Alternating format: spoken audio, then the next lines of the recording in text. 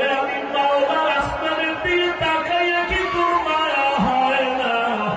আমার দেওয়া পানি ভোগ করো কি মায়া হয় না? আমার দেওয়া সূর্যের আলো ভোগ করো কি তোর অন্তরে মায়া হয় না? যে তোরে টাকা দেয় খানা দেয় তার জন্য তোর দিলে এত মায়া, আর আমি আল্লাহ তোরে এত সুন্দর কণ্ঠ দিয়েছি, এত সুন্দর চেহারাটা দান করেছি, আমি মাওলার জন্য কি তোর একটু মায়া হয় না? ও বান্দা, মা বাবা তোরে কাপড় দেয় খানা দেয়, মা বাবার জন্য তোর এত মায়া।